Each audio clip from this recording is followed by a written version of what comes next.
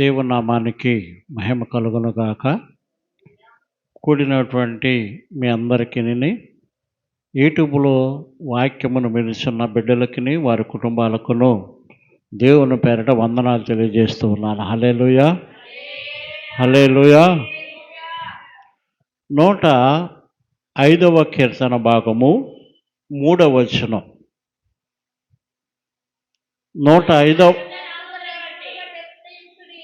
ఆయన పరిశుద్ధ నామమును బట్టి అతిశయించుడి, యెహోవాను వెదకువారు హృదయమందు సంతోషించుదురుగాక. ఆమేన్, హల్లెలూయా. ఎవరిని వెతకాలంట? మనము మన దేవునిని వెతికేటువంటి వారంగా ఉండాలి. ఆయనను మనము వెతికినట్లయితే మనకేం కలుగుతుందంట? హృదయములో సంతోషము కలుగుతుందంట. హల్లెలూయా.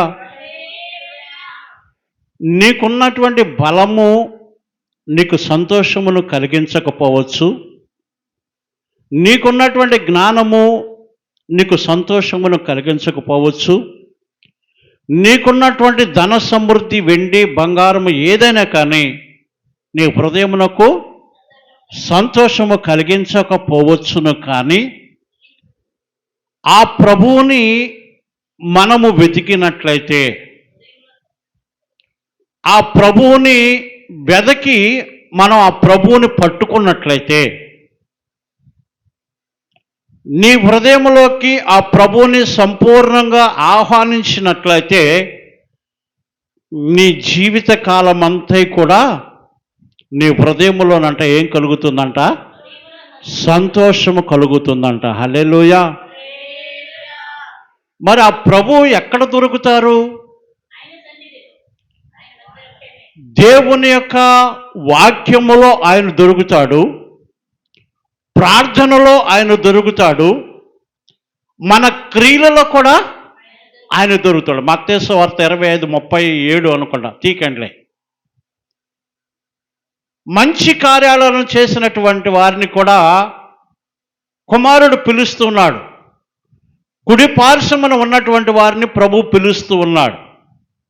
కనుక మన క్రియలను బట్టి, దేవుని యొక్క వాక్యమును ధ్యానించటమును బట్టి, మన ప్రార్థనను బట్టి, దేవుని సన్నిధిలోకి మనము తరచుగా రావటమును బట్టి మనము ఆయనను వెతికినట్లయితే, ఎట్లా వెతకాలి? శ్రద్ధగా వెతకాలి. మన ప్రాణ ఆత్మ దేహములను దేవుని సన్నిధిలో కుమ్మరించి ఆయనను వెతికినట్లయితే ఆయన ఖచ్చితముగా మనకు దొరుకుతాడు. హల్లెలూయా, హల్లెలూయా.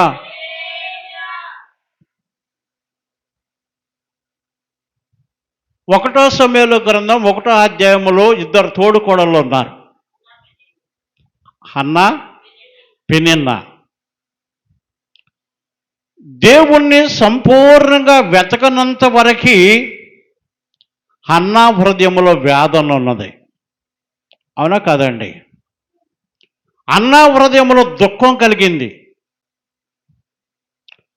దేవుని సన్నిధానములకు వెళ్ళి సంపూర్ణంగా తన ప్రాణ ఆత్మ దేహములను దేవుని సన్నిధిలో కుమ్మరించి ఇప్పుడు ఏడుస్తూ ఉన్నది. ఎందుకోసం? నా హృదయంలో వేదన ఉన్నది, నా హృదయంలో దుఃఖం ఉన్నది, కనుక నాకు నెమ్మది లేదు, సంతోషం లేదు అని తను పై పెదాలతో కాదు, తన ప్రాణ ఆత్మ శరీరములను దేవుని సన్నిధిలో కుమ్మరించి దేవునికి మొరపెట్టుకుంటుంది. కనుక తన మొరను విన్నటువంటి ప్రభువు తనకు ప్రత్యక్షమయ్యాడు, తనకు దొరికాడు. తన హృదయ వేదనలన్నీ పోయి తనకు సంతోషం కలిగింది. హల్లెలూయా, హల్లెలూయా. పెనిన్నా యొక్క బిడ్డల గురించి, పెనిన్నా గురించి అక్కడ వరకు రాయబడింది, కానీ మిగిలినటువంటి గ్రంథాలలో ఎక్కడ కూడా రాయబడలేదు. హన్నా మాత్రము సమూయేలును కంది, తర్వాత 5 బిడ్డలను కంది. సమూయేలు మంచి ప్రవక్త అయ్యాడు. సమూయేలు బిడ్డల గురించి, వారి గురించి దేవుని యొక్క పరిశుద్ధ గ్రంథములో వ్రాయబడి ఉన్నది. హల్లెలూయా. మనం దేనిని వెతుకుతూ ఉన్నాం? హృదయములో సంతోషము కలిగించలేనటువంటి వాటిని గురించే మనము నిత్యము వెతుకుతూ ఉన్నాం. అవి ఒక రోజున విడిచిపెట్టి మనం వెళ్ళిపోవలసినటువంటి దినము ఆసన్నము కాబడబోతూ ఉన్నది. నీ హృదయమును సంతోషపెట్టేటటువంటి ఎవరంటే ఆ దేవుడు ఒక్కడు మాత్రమే. ఆ దేవుడికి సంపూర్ణంగా నీ హృదయంలో స్థానం కల్పిస్తే, నువ్వు నిత్యము విసుగగా ప్రార్థన చేస్తే, నువ్వు ఉపవాసాలుంటే, నీ క్రియలను బట్టి ఆయనను తృప్తిపరిచినట్లయితే, నువ్వు ప్రతిదినము పరిశుద్ధ గ్రంథాన్ని చదివినట్లయితే, నీకు సమయం కుదిరినప్పుడల్లా దేవుని మందిరానికి వచ్చి ప్రార్థనలో పాల్గొన్నట్లయితే, ఆయన నీకు దొరికినట్లయితే నీ హృదయంలో సంతోషము కలుగుతుంది. హల్లెలూయా, హల్లెలూయా, హల్లెలూయా. కీర్తన గ్రంథమే 4వ అధ్యాయము 7వ వచనంలో ఒక మాట చెప్తారు. కీర్తనల గ్రంథము 4వ అధ్యాయము 7వ వచనంలో ఒక మాట చెప్తారు. కీర్తనల గ్రంథము 4వ అధ్యాయము 7వ వచనం. వారి ధాన్య ద్రాక్ష రసములు విస్తరించిన నాటి సంతోషము కంటే అధికమైన సంతోషము నీవు నా హృదయములో పుట్టించిదివి అంటున్నాడు. హల్లెలూయా. ఒక వ్యవసాయదారుడికి తన పంట చేతికొచ్చినప్పుడు సంతోషం కలుగుతుంది. ఒక ఉద్యోగస్తుడికి జీతం వచ్చినప్పుడు తనకు సంతోషము కలుగుతుంది. వ్యాపారస్తులకి లాభాలు వచ్చినప్పుడు సంతోషం కలుగుతుంది. చేతి పని వారికి వారమంతా కష్టపడి ఆ వారం తర్వాత తన చేతికి ధనం వస్తే సంతోషిస్తారు. ఎంతకాలం ఉంటుంది ఆ ధనం మన చేతిలో? కొన్ని గంటలు మాత్రమే ఉండి ఉండవచ్చు. కొద్ది సమయం మాత్రమే ఈ ఆనందము ఉంటుంది. కానీ దేవుడు అంటున్నాడు, 6వ వచనం కింద భాగంలో చదవండి. కీర్తనల గ్రంథము 4వ అధ్యాయం 6వ వచనం కింద భాగం. యెహోవా నీ సన్నిధి కాంతి మా మీద ప్రకాశింపచేయము. దేవుని యొక్క సన్నిధి కాంతి ఎవరి మీద ప్రకాశిస్తుందో వారి హృదయములలో సంతోషము కలుగుతుంది. హల్లెలూయా, హల్లెలూయా. దేవుని యొక్క ముఖకాంతి మన మీద ప్రకాశింపచేయాలంటే మనము దేవుని చిత్తమును నెరవేర్చేటువంటి వారిగా ఉండాలి. ఎవరైతే దేవుని మీద సంపూర్ణంగా ఆనుకుంటారో, ఎవరైతే దేవుని యొక్క చిత్తమును నెరవేరుస్తారో వారిపైన దేవుని యొక్క ముఖకాంతి ప్రకాశిస్తుంది. హల్లెలూయా. ఎవరి మీదైతే దేవుని యొక్క ముఖకాంతి ప్రకాశించిందో వారు బంధకాల నుండి వారు విడుదల పొంది వారు బహుగా వర్ధిల్లుతారు. అన్నింటికన్నా ముఖ్యముగా ఏది నీకు సంతోషము కలిగించకపోయినా కానీ దేవుని యొక్క సన్నిధానమును నీకు సంపూర్ణమైన సంతోషమును కలుగజేస్తుంది. నీ హృదయమునకు ఆనందమును సంతోషమును కలుగజేస్తుంది. హల్లెలూయా, హల్లెలూయా, హల్లెలూయా.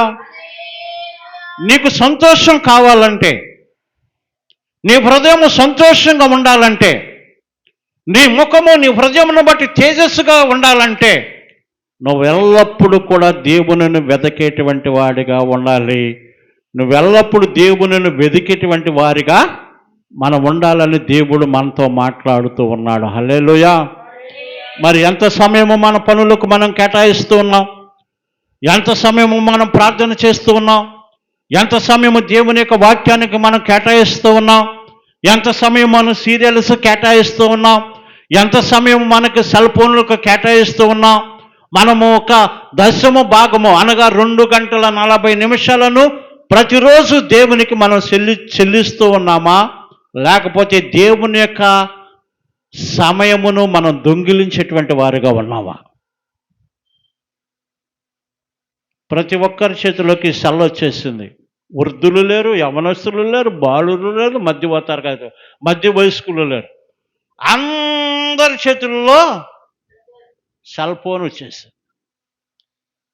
గంటల తరబడి సెల్ చూస్తూ ఆ కొద్ది నిమిషం మాత్రమే నవ్వుకుంటున్నామేమో, సంతోషంగా ఉంటున్నామేమో, మళ్ళీ తర్వాత వేదనకరమైనటువంటి జీవితమే ప్రారంభమవుతుందేమో. వాటన్నిటిని విడిచిపెట్టి ప్రతి దినము నువ్వు దేవునిని వెతికినట్లయితే, ఆ దేవుని నిన్ను పట్టుకున్నట్లయితే, ఆయన చెప్పినట్లుగా ప్రతి దినము కూడా నీవు సమయములో 10% 2 గంటల 40 నిమిషాలు నువ్వు చెల్లించినట్లయితే, ప్రార్థన, వాక్యము, స్తుతి ఏదైనా కానీ 2 గంటల 40 నిమిషాలు నువ్వు చెల్లించినట్లయితే నీకు దేవుడు దొరుకుతాడు, నీ హృదయంలో సంతోషం కలుగుతుంది. హల్లెలూయా, హల్లెలూయా. ఒకటి, నీ హృదయంలో సంతోషం కావాలంటే ఎవరిని వెతకాలి? దేవునిని వెతకాలి. సంపూర్ణంగా నీ హృదయాన్ని దేవునికి సమర్పించినట్లయితే. జ్ఞాని అయిన సొలొమోను చెప్తాడు కదా, నా కంటికి ఏది నచ్చిందో ప్రతిదీ కూడా నేను చేశాను, కానీ ఏది కూడా నాకు సంతోషము కలుగ చేయలేదు. దేవుని సన్నిధి మాత్రమే నాకు సంపూర్ణ సంతోషము కలిగించింది కనుక మీరు కూడా దేవుని మీద ఆధారపడండి జ్ఞాని అయిన సొలొమోను చెబుతూ ఉన్నాడు. హల్లెలూయా. ఇక్కడ రెండవ మాటగా 4వ వచనం, 105వ కీర్తన 4వ వచనం ఒకసారి చూద్దాం.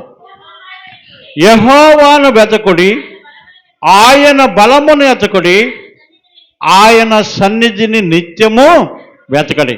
ఒకటి, ఆయనను వెతకి ఆయనను పట్టుకున్నట్లయితే ఆయన నీ హృదయంలో సంతోషము కలుగజేస్తాడు. రెండవదిగా ఆయన బలమును వెతకమంటున్నాడు. ఆయన బలం ఎక్కడ దొరుకుతుందంటే దేవుని యొక్క సన్నిధానములోను, దేవుని యొక్క పరిశుద్ధమైనటువంటి గ్రంథములోను ఆయన బలము దొరుకుతుంది. హల్లెలూయా. ఆయన బలము దొరికితే నువ్వు ఏ కార్యములను చేసినా కానీ ఆ కార్యములన్నీ కూడా సఫలము చేయబడతాయి. హల్లెలూయా. అందుకని ఇక్కడ అంటున్నాడు, దానియేలు గ్రంథము 11వ అధ్యాయములో ఒక చక్కని మాట చెబుతున్నాడు. దానియేలు గ్రంథము 11వ అధ్యాయం 32వ వచనం. దానియేలు గ్రంథము 11వ అధ్యాయము 32వ వచనం. దానియేలు గ్రంథము 11వ అధ్యాయం 32వ వచనం. అందుకతడు ఇచ్చకపు మాటలు చెప్పి నిబంధనను అతిక్రమించిన వారిని వశపరుచుకొనును. అయితే తమ దేవునిని వెరకవారు బలము కలిగి గొప్ప కార్యములను చేసేదరు. హల్లెలూయా, హల్లెలూయా, హల్లెలూయా, హల్లెలూయా. ఇక్కడ రాజుల గురించి చెప్తున్నాడు. 11వ అధ్యాయంలో 4 రాజులు పరిపాలన చేస్తారు. వారికి సంబంధించినటువంటి స్వభావమును గురించి తెలియజేస్తూ ఉన్నారు. దానియేలు గ్రంథము 11వ అధ్యాయములో ఇచ్చకపు మాటలు అనగా లేనిపోయినటువంటి మాటలు చెప్పేటువంటి వారు. 1 తిమోతేయులకు రాసిన పత్రిక 4వ అధ్యాయం 7వ వచనంలో కూడా ఉంటుంది. ముసలమ్మ ముచ్చట్లను మీరు కట్టిపెట్టి దేవుని యొక్క సత్యము వైపు మీరు తిరగండి అని ఉంటుంది. హల్లెలూయా, హల్లెలూయా. ఇక్కడ రాజు ఏం చెప్తున్నాడు? ఇచ్చకపు మాటలు చెప్పి కొంతమంది ప్రజలను తన వైపు మరల్చుకోవాలని చూస్తూ ఉన్నాడు. కానీ అది కొద్ది సమయం ఉంటుంది. కానీ ఎవరైతే దేవునిని ఎరుగుతారో, ఎవరైతే ప్రార్థన ద్వారా, వాక్యము ద్వారా దేవుని సన్నిధానమునకు వచ్చి దేవునిని పట్టుకుంటారో వారు బలమును పొందుతారంట. హల్లెలూయా. ఆ బలమును పొందినటువంటి వ్యక్తులు ఏం చేస్తారంట? శూర కార్యములను చేస్తారంట, గొప్ప గొప్ప కార్యాలను చేస్తారంట. బలహీనులు చేస్తారా, బలం కలిగిన వాళ్ళు చేస్తారా? నీకు బలం వస్తుంది, జ్ఞానం వస్తుంది. వాటిని బట్టి నువ్వేం చేస్తావంటే ఈ భూమి మీద ఎవ్వరు చేయలేనటువంటి గొప్ప గొప్ప కార్యములను నువ్వు చేస్తావంట. ఎప్పుడో తెలుసా? నీవు ఆయన యొక్క బలమును వెతికినప్పుడు, ఆయన మీద నువ్వు సంపూర్ణంగా ఆనుకున్నప్పుడు, ఆయన చిత్తమును నెరవేర్చినప్పుడు, ఈ ప్రపంచములో, ఈ గ్రామములో, ఈ దేశములో, ఈ రాష్ట్రములో ఎవ్వరికి లేనటువంటి పేరు ప్రఖ్యాతలు నీకు దేని ద్వారా వస్తున్నాయో తెలుసా? దేవునిని వెతకి దేవుని యొక్క బలము మీద నువ్వు ఆధారపడి ఆయనను పట్టుకున్నప్పుడు నువ్వేం చేస్తావంట? శూర కార్యములను చేస్తావు. అంటే ఎవ్వరూ చేయలేనటువంటి కార్యాలను నువ్వు చేస్తావు అంటున్నాడు. 31 వచనం చదివింది, 31 వచనం కూడా చదవండి. అతని పక్షమున సూర్యులు లేచి పరిశుద్ధ స్థలపు కోటను అపవిత్రపరిచి అనుదిన బలిని నిలిపేసి నాశనమును కలుగు చేయు హేయమైన వస్తువులను నిలబెట్టుటకు. అంటే రాజుల పక్షమున బలం కలిగినటువంటి వారు నిలుస్తారంట. ఈ లోకంలో కూడా ధనవంతుల పక్షాన చాలామంది చేరతారు, కానీ పేదల పక్షాన ఎవరు చేరరు కదా. ఇక్కడ అంటున్నాడు, వారు ఇచ్చకము మాట్లాడేటువంటి రాజులు, వారు బలము కలిగినటువంటి వారు, వారి బలము క్షీణించిపోతుంది కొద్ది సమయం తర్వాత. చాలామంది వారి పక్షమును చేరతారు, కానీ వారి పక్షమును కాకోకుండా దేవుని పక్షమును ఎవరైతే నిలిచి ఉంటారో వారు బలం పొందుకుంటారో వారు శూర కార్యములను జరిగించెదరు అంటున్నాడు. హల్లెలూయా, హల్లెలూయా. దానియేలు గ్రంథము 3వ అధ్యాయం 16వ వచనం చూద్దాం ఒకసారి. దానియేలు గ్రంథము 3వ అధ్యాయం 16వ వచనంలో మనం పరిశీలన చేసినప్పుడు అక్కడ 3 వ్యక్తులు కనిపిస్తూ ఉన్నారు. ఎవరు ఆ 3 వ్యక్తులు అంటే? షడ్రక్, మెషకు, అబేద్నెగో అనేటువంటి 3 వ్యక్తులను కనిపిస్తూ ఉన్నారు. చెప్తాను, వినండి ఒక్కసారి. వారు 3 కూడా ప్రత్యేకించబడినటువంటి వారు. హల్లెలూయా. ఎందుకు దేవుని యొక్క పరిశుద్ధ గ్రంథములో వారి 3 గురించి ఒక ప్రత్యేకంగా ఒక గ్రంథము రాయబడి ఉన్నదంటే, ఒక అధ్యాయము 2 అధ్యాయాలు రాయబడి ఉన్నాయంటే వారు చేసినటువంటి శూర కార్యములే. హల్లెలూయా. రాజును వ్యతిరేకించడం అంటే మాటలు కాదు, అవునండి.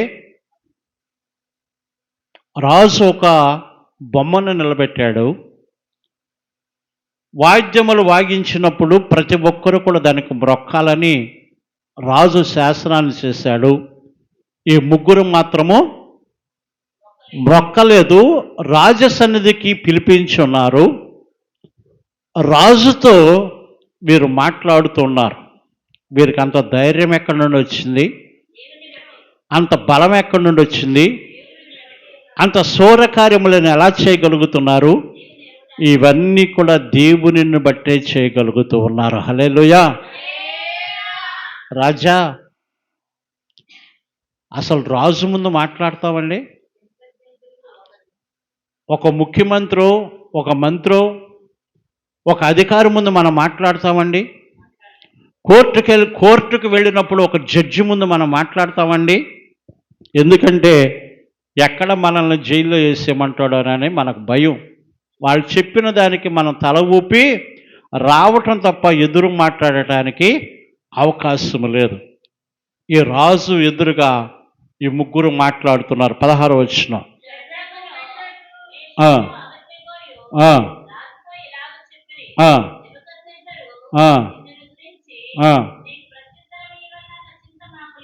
ఎరా, మీ 3 ఏంటి మొక్కట్లేదంట అన్నాడు. జనసమూహము చాలామంది ఉన్నారు. రాజు తీర్పు తీరుస్తున్నాడంటే ఇటువైపున అటువైపున మంత్రులు, భటులు, జనాంగము ఎంతోమంది కూర్చుని ఉంటారు. అంతమందిలో ఈ 3 మాత్రమే ప్రత్యేకించబడినటువంటి వారు. దేవునిని బట్టి వారు ఇప్పుడు మాట్లాడుతూ ఉన్నారు. అంటున్నారు, ఎరా ఏంటి, నీకు సమాధానము చెప్పవలసిన అవసరము మాకు లేదు. మా దేవుడు గొప్పవాడు, మా దేవుని మేము వెతికాం, మేము బలం పొందుకున్నాం, మా హృదయంలో సంతోషం ఉన్నది. నీవు మండుచున్న అగ్నిలో వేసినా కానీ మా దేవుడు దాని నుండి తప్పించుటకు సమర్థుడు. ఒకవేళ తప్పించగలేదనుకో, ఈ 70 సంవత్సరాలు 80 సంవత్సరాలు ఎవరికి కావాలి? మేము యుగాయుగములు మా దేవునితో జీవిస్తాం. హల్లెలూయా, హల్లెలూయా. అంత గొప్ప కార్యాలు వీరు ఎవరిని బట్టి చేశారంటే దేవునిని బట్టి మాత్రమే చేయగలిగారు. మరి మనం ఎవరిని వెతుకుతూ ఉన్నాం? దేవుని యొక్క పరిశుద్ధ గ్రంథమును మనం చేతపట్టుకుంటున్నామా? దేవుని యొక్క వాక్యమును చదువుతున్నామా? మనం ప్రార్థన చేస్తున్నామా? దేవునికి ఇష్టమైనటువంటి నీతి కార్యములను మనం జరిగిస్తూ ఉన్నామా? మనం ఎంత సమయం దేవుని కొరకు కేటాయిస్తూ ఉన్నాం? దేవుని ఎంత సమయం మనం వెతుకుతూ ఉన్నాం? సరిగ్గా మనం వెతకకపోతే మన హృదయములో సంతోషం అనేటువంటిది ఉండదు, మన బలమనేటువంటిది పొందలేమని చెబుతున్నాడు. 105వ కీర్తనలోకి రండి. 105వ కీర్తనలోకి రండి ఒక్కసారి. అంటున్నాడు అక్కడ 4వ వచనం, యెహోవాను వెదకుడి, ఆయన బలమును వెదకుడి. హల్లెలూయా, హల్లెలూయా, హల్లెలూయా. న్యాయాధిపతుల గ్రంథము 5వ అధ్యాయం 31వ వచనం. న్యాయాధిపతుల గ్రంథము 5వ అధ్యాయము 31వ వచనం.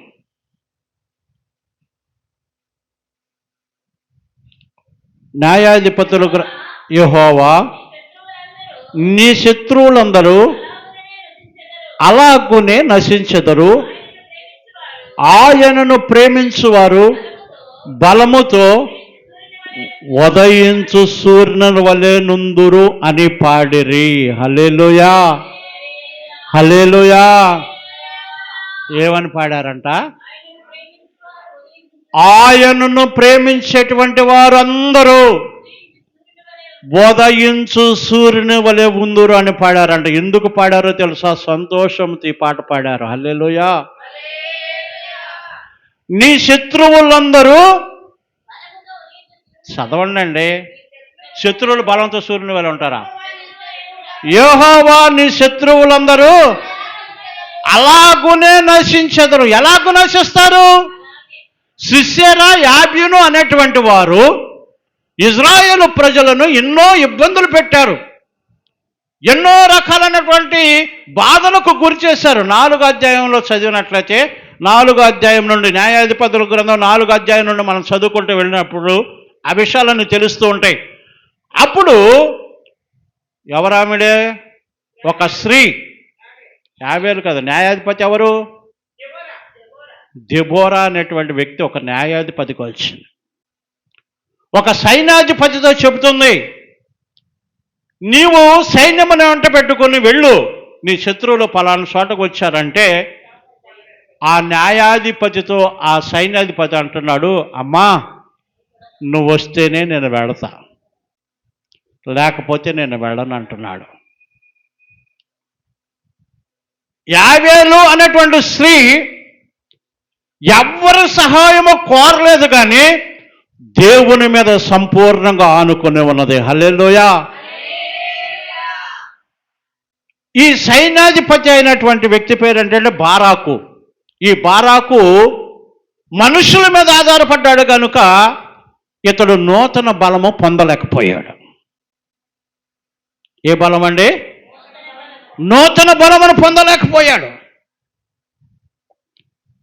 ఈ యాబేలు అనేటువంటి స్త్రీ దేవుని మీద ఆధారపడింది కనుక ఆవిడకు ఉదయించు సూర్యుని అంత బలము ఆవిడకు వచ్చిందంట. హల్లెలూయా, హల్లెలూయా. ఆ స్టోరీ అంతా మనకు తెలుసు, సమయం లేదు వివరించడానికి. సైన్యమంతా కూడా ఓడిపోతుంది. సిసెరా రథము దిగి పరుగులు తీస్తూ ఉన్నాడు. ఈ యాబేలు అనేటువంటి వారికి సిసెరాకు కొంచెం బంధుత్వం ఉన్నది. గమాగమ ఆమె గుడారములోకి పారిపోతున్నాడు. ఈ సిసెరా అనేటువంటి వాడు ఎవరి గుడారానికి? యాబేలు గుడారానికి నిలబడింది. సమయం వచ్చిందనుకుంది. దేవుని నేను వెతుకుతున్నాను కనుక దేవుడిని ఎవరైతే వెతుకుతారో వారికి ఉదయించు సూర్యుని అంత బలమును ప్రభు సమకూరుస్తాడు కనుక, నాకు అటువంటి శక్తిని ప్రభు ఇచ్చాడు కనుక ఈ దినమున నా శత్రువు నా చేతిలో అర్థమైపోతున్నాడని చెప్పేసానని పిలిచింది. గుడారపు మేకు తీసుకుంది, కణితిలో కట్టింది. హల్లెలూయా. ఉదయించు సూర్యుడిని ఎవ్వరు కూడా ఆపలేరు. హల్లెలూయా. ఉదయించు సూర్యుడు అనగా వెలుగు. వెలుగు ఎప్పుడైతే ప్రకాశిస్తుందో చీకటి అనేటువంటి పారద్రోలబడుతుంది. నువ్వు దేవుని ఎప్పుడైతే వెతుకుతావో నీలో ఉన్నటువంటి చీకటి క్రియలన్నీ కూడా వెడలిపోతే ఆయన ముఖకాంతి నీ మీద ప్రకాశిస్తుంది. నువ్వు వెలుగు సంబంధిగా ఉంటావు, నిన్ను ఎవ్వరు కూడా ఆపలేరు. హల్లెలూయా. నీ ఆశీర్వాదమును ఎవరు ఆపలేరు, నీ కార్యములను ఎవరు ఆపలేరు, నీ జయోత్సాహమును ఎవరు ఆపలేరు. నిన్ను ఆపేటువంటి తరము ఎవరికి లేదు. నీ పక్షమున ఉన్నవాడు లోకములో ఉన్నవాడి కన్నా గొప్పవాడు. స్తోత్రం, స్తోత్రం, స్తోత్రం, స్తోత్రం.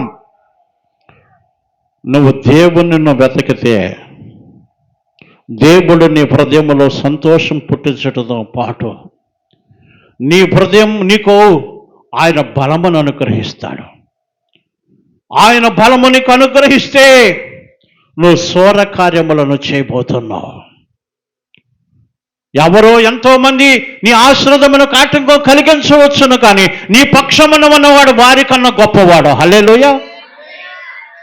ఆయన ప్రారంభిస్తే ఆపేటువంటి వాడు ఎవ్వడూ లేడు.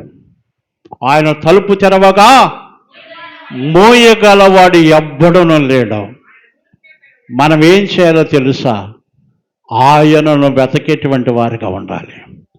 ఆయన బలమును వెతకేటువంటి వారిగా ఉండాలి. ఆయన శక్తిని వెతకేటువంటి వారికి ఉండాలి. అది ఎక్కడ దొరుకుతుందో మీకు చెప్పాను. ఇన్నిసార్లు చెప్పకూడదు, అంటే యూట్యూబ్లో ఇన్నిసార్లు చెప్తే చెప్పిందే చెప్తున్నారు పాస్టర్ గారు అనుకుంటారు. అది ఎక్కడ దొరుకుతుందో దేవుని యొక్క పరిశుద్ధ గ్రంథంలో, దేవుని యొక్క సన్నిధానములో, ప్రార్థనలో, నీ క్రియలలో అది దొరుకుతూ ఉన్నది.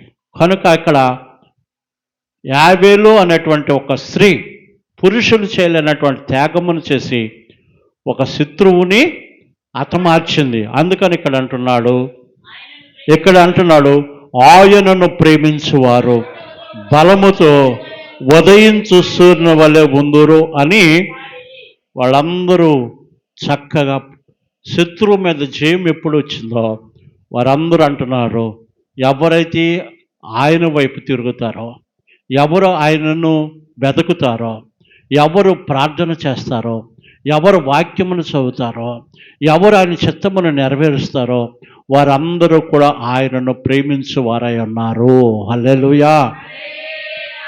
ఆయనను ప్రేమిస్తే వారందరిని దేవుడు ఏ విధముగా మార్చబోతున్నాడంటే, ఉదయించు ప్రేమించు వారు బలముతో ఉదయించు సూర్యుని వలె ఉందురు అంటున్నాడు. హల్లెలూయా. సరే, 105వ కీర్తనలోకి వద్దాం ఇంకోసారి. 105వ కీర్తనలు అంటున్నాడు, యెహోవాను వెతుకుడి, ఆయన బలమును వెతకడి. శారా గారికి ఎన్ని సంవత్సరాలప్పుడు గర్భం వచ్చింది? దేవుని యొక్క వాక్యం చెబుతుంది, శరీరము మృతతుల్యమైపోయింది.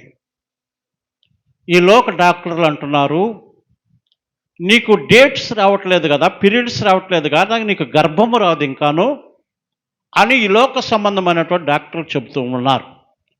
వాగ్దానం చేసినటువంటి వాడు నమ్మకస్తుడు కనుక 90వ సంవత్సరములో గర్భం వస్తే ఆ మృతతుల్యమైనటువంటి ఆ గర్భము ద్వారా దేవుడు ఆవిడికి బలమును అనుగ్రహించి కనటానికి కృపనిచ్చి ఉన్నాడు. హల్లెలూయా, హల్లెలూయా.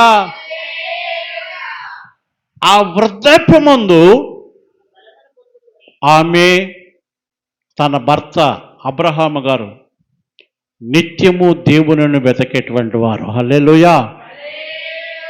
కనుక అటువంటి గొప్ప కార్యాలను ప్రభు మన పక్షమును చేయాలంటే మనం కూడా ఏం చేయాలంట? ఆయనను వెతకాలంట. ఇక్కడ అంటున్నాడు కింద, ఆయన సన్నిధిని నిత్యము వెతకాలి. మీరు సమయం వచ్చినప్పుడల్లా వెతకాలి. ఇక్కడ సంతోషం ఉన్నది, ఆశీర్వాదం ఉన్నది, దీవెనలు ఉన్నాయి, బలము ఉన్నది. నీ శత్రువుల మీద నువ్వు జయం పొందడానికి దేవుడు నీకు ఒక రాజదండమును నీ చేతికి అనుగ్రహించబోతూ ఉన్నాడు. హల్లెలూయా. ఇన్ని ఆశీర్వాదములు ఉన్నటువంటి దేవుని మందిరమును మనం ఎప్పుడు విడిచిపెట్టేటువంటి వారికి ఉండకూడదని దేవుడి దినాన మనం అందరినీ కూడా హెచ్చరిస్తూ ఉన్నాడు. ఆయన సంతోషము కలుగజేసేవాడు, బలమును కలుగజేసేవాడు, ఆశీర్వదించేవాడు, జీవమును అనుగ్రహించేటువంటి వాడు, నీకు ఏది కావాలో సమస్తమును సిద్ధపాటు చేసేటువంటి దేవుడు మన దేవుడై ఉన్నాడు. హల్లెలూయా. యెషయా గ్రంథము 40వ అధ్యాయము 31వ వచనం. మూడవ మాటగా యెషయా గ్రంథము 40వ అధ్యాయము 31వ వచనం. యెహోవా కొరకు ఎదురు చూసేవారు హల్లెలూయా, హల్లెలూయా. యెహోవా కొరకు ఎదురు చూసేవారు నూతన బలమును పొందుదురు. వారు పక్షిరాజు వలె రెక్కలు చాపి పైకి ఎగుదురు, అలయక పరిగెత్తుదురు, సమస్యలక నడిచిపోదురు. హల్లెలూయా. యెహోవా కొరకు ఎదురు చూసేవారు ఏ బలాన్ని పొందుతారంట? నూతన బలాన్ని పొందుతారంట.